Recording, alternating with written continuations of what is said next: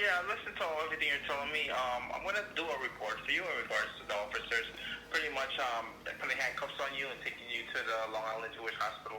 You said what did they take you there for psych services? Well, they didn't tell me for that. They told me, come down from the stairs and come with us outside of the house. I followed their instructions. After I stood in front of the house, they seems to be waiting for something. And then I chatted with them and I explained to them, this background. I thought potentially they should know, what is, because I had no clue why the ambulance were there and so many police officers there. Then they said, you need to follow us and to go be checked out to make sure you are okay by the health professionals in the ambulance. I followed them into the ambulance. There was no health professional on the ambulance, only another police officer. So number one, I have to say that they lied to me. They lured me onto the ambulance. Number one, dishonesty. When the police officers do not treat me with respect, do not listen to my side of the story, and lure me into an ambulance, that's violation. Number two, when I was in the ambulance, I told them that I'm thirsty. I worked the whole night, I'm tired, and I need to have food and drink. They refused to get that for me or allow me to do it. When I say, number three, when I say I want to call my human rights attorney, I noticed with all my experience of working with the police, I noticed that they're on the wrong track. I felt I need to get my human rights attorney immediately come over to stop them from doing wrong. They took away my phone, okay? Before they took away my phone, I did have a chance to call my colleague in the neighborhood to ask him to quickly rush over here. My colleague is already in his late 70s, Mr. Doik Shim, came rush onto the side by the ambulance, talk to the drivers, ask them why they want to ship me to the hospital. They refused to tell him. They refused to tell him which hospital I was being taken to either. Okay, that's another violation. When I wanted to go downstairs, go out of the ambulance, I said, this is outrage. This is wrong. I'm leaving. The police officer said, then you are not cooperating. We're going to have to handcuff you. Immediately, he handcuffed me and he used a strap to strap me onto the ambulance. Okay. Then the next thing is that they shipped me to the hospital. I was still handcuffed. I was on my sleeper. I was in my sleeping dress. And this is the most outrageous humiliation to a world-renowned researcher, persecuted scholar, nonprofit organization president. I mean, for what reason I should be treated like that? And even more outrageous is that the police officer, when I invite him to tell the nurse what's the story, he tell the nurse in following way, she has been on medication for bipolar for the past 2 weeks, as if this is the truth. He doesn't present it to the nurse, say, we really don't know what happened. But we were called emergency to the site, and we noticed that she is in sleeping dress, totally calm, have no sign of mental problem, but she's now being accused to have the history of bipolar. And she was accused to have been taking medication, at least professionally. The police officer should present truth, not pretend that he knows the fact. So that is totally violation. That's called, in my view, it's called outrageous, defamation, slandering of character, okay? Humiliation, deprivation of rights, forced arrest, causing the kind of stress that most other people would never be able to handle calmly. But thanks to my practice of Falun Dafa for the past over 23 years, I didn't show a sign of anger, upsetness, distress. I was there kindly talk to the police throughout my journey to the hospital to educate him regarding persecution of Falun Gong, the truth. I even taught him some Chinese and chatted, nicely to say that after I come out from the hospital, I will go to 109 prison and look for community affair officer to make sure to deliver the truth and make sure to immune them from lies.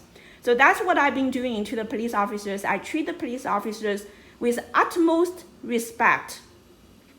I told him, I said, if your mother is sitting right next to you today, if your mother was misaccused, and if your mother asks you, I'm so hungry and thirsty, I didn't sleep a whole night, can I have some water? What are you going to do?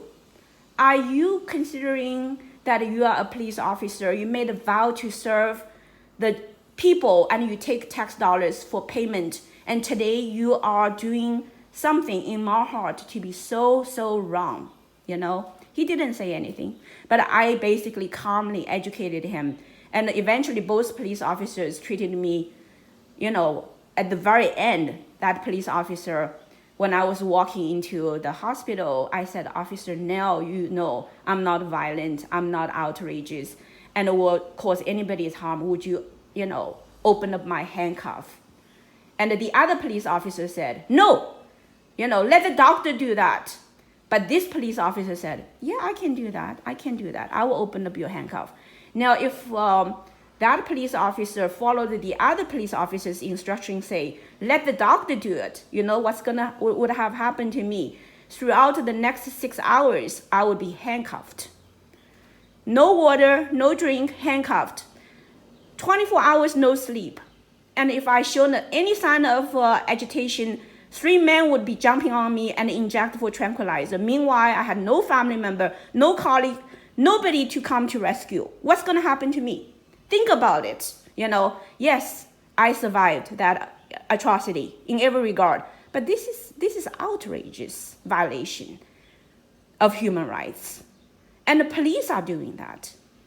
And I suspect many innocent young ladies, young mothers, old mothers, you know, fathers are being shipped by police officers shooting towards Long Island, you know, a Jewish hospital and any other, you know, hospitals here in Queens every day to be claimed to be behavior crisis and then get injected and medicated. The moment I got into the hospital, they immediately asked me to apply for Medicare when they hear that I don't have insurance. I mean, the whole thing as if it's a business. The police getting up with the hospital, shipping innocent citizens to the hospital, claiming them to be mental, and then get them, you know, pay insurance. And it's a business now. If this is really coming to be the truth, I mean, 109 precinct police and also Jewish hospitals and all the other hospitals, the mental unit, they all should be brought to the court. This is serious now, if that's really happening, okay? But I am a researcher, okay? I can see what is really going on behind all this. And if America is going to be like that, I mean, this is not called America anymore, okay? This is called the communist China.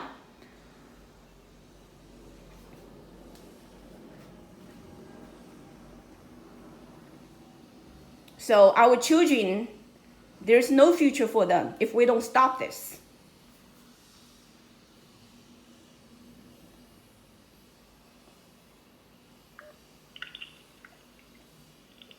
Is that everything, or did you leave anything else out? I basically want to make my strong statement as this. All right, you could let us know anything else you have to say. You can ask me questions, but I try my best to deliver the truth, and I hope to encourage you to make a stand for justice and conscience and help me to reach out to the wonderful police officers who are young, and I hope that they really, you know, do their job as police officers and not to work for the Chinese government following lies. That's dangerous. Don't you agree? Of course. Yeah, that's all my intention is. I love police officers because I'm a mother, okay? I want to make sure these young, you know, men who come to be a police officers can truly help our community to be safe and healthy and strong.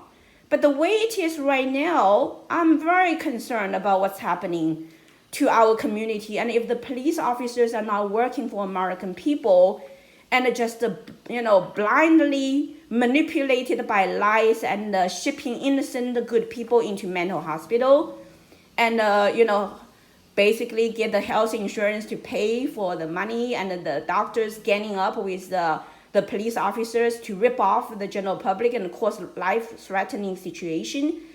This has to be stopped.